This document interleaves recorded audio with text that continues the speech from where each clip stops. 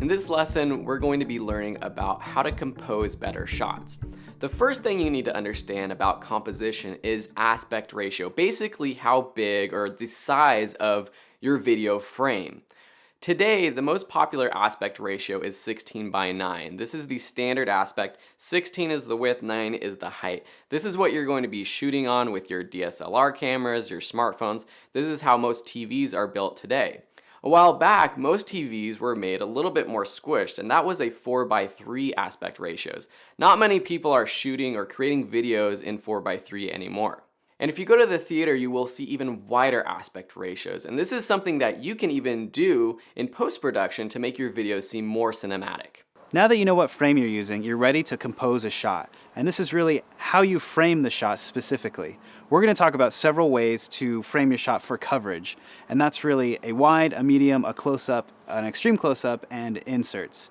Now keep in mind, these are the most common ways of shooting, but there are infinite ways of composing your shot. So if we were shooting a narrative, or really a documentary, we have to have a story, right? So Phil over here is getting ready to plan his hiking trip. And we're going to shoot it first as just a normal narrative, or this would also act really well as B-roll for your coverage in a doc. So we're going to start with a wide shot. So you can see here I have Phil framed up in a wide shot. He's sitting here, you can see the entire scene, and really you can kind of use this whole frame for your wide coverage shot. It's something that you can always cut back to when you get in trouble, or if you need to really show the entire area and the world and set the scene. So this is a very basic wide shot. If I were to frame up a little bit more negative space, I might do this. So in this wide shot, I have a ton of negative space. It's a little more stylistic. You can see all the ideas and all the empty space that Phil may have in his head.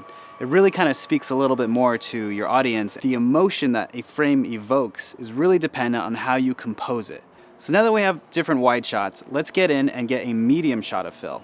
Since I'm on a zoom lens, I'm able to just zoom in on my 24-70 and achieve this really quick medium shot. Normally, if you're on a prime or you're on a different lens, you may have to get up and move your camera. Whereas a wide shot's great to show the area you're in and really give your viewer space and show you where you are, a medium can be used for several things. It's really just to start to connect with your character, start to see what they're doing in the frame. It's also something that's used mostly for interview shots and for dialogue covering talking back and forth. So here's a good medium shot. It's composed, centered, it's very basic, but it allows us to get the amount of action that he's doing with some of the background. It's not as wide as the wide shot where we can see everything going on, and it's not as emotional, but it's a really good way to cover. Next, we're going to jump into a close shot. I'm at the end of my zoom. Now with a smartphone, generally you're going to have to move around to get your shots because the zooms aren't great. Digital zooms are basically zooming in digitally and you can start to lose quality. So for here, we're either going to have to change to a longer lens or I'm going to have to get up and move over there. I think I'm going to do that. Here's a close-up shot of Phil. This has a little bit more emotion. We're right in there. He's reading his book. The book's a little bit in frame so we can see what he's doing. We've gained more emotion by being closer to him. The audience is connecting a little bit more with our subject versus the wide where we see everything, and the medium where we may not see his face. We're right here with him, and we can really get in his head almost. We can see what he's doing. So here's an extreme close-up of Phil. You can really see his eyes and what he's reading. We can really connect with the character here through the eyes, and we can really see what he's doing. It really brings an entirely even deeper emotion into it. So see how Phil's reading his book right now? Watch what happens when he looks over here. Between this shot and the wide shot, you know as an audience member what he could be looking at because you've already been here. You've already seen the wide shot. You're inside his world, and now you're with him emotionally. So next is an insert shot. This is really kind of detailing what our subject is doing. You can see here what book Phil is reading. He's planning a hike in Los Angeles.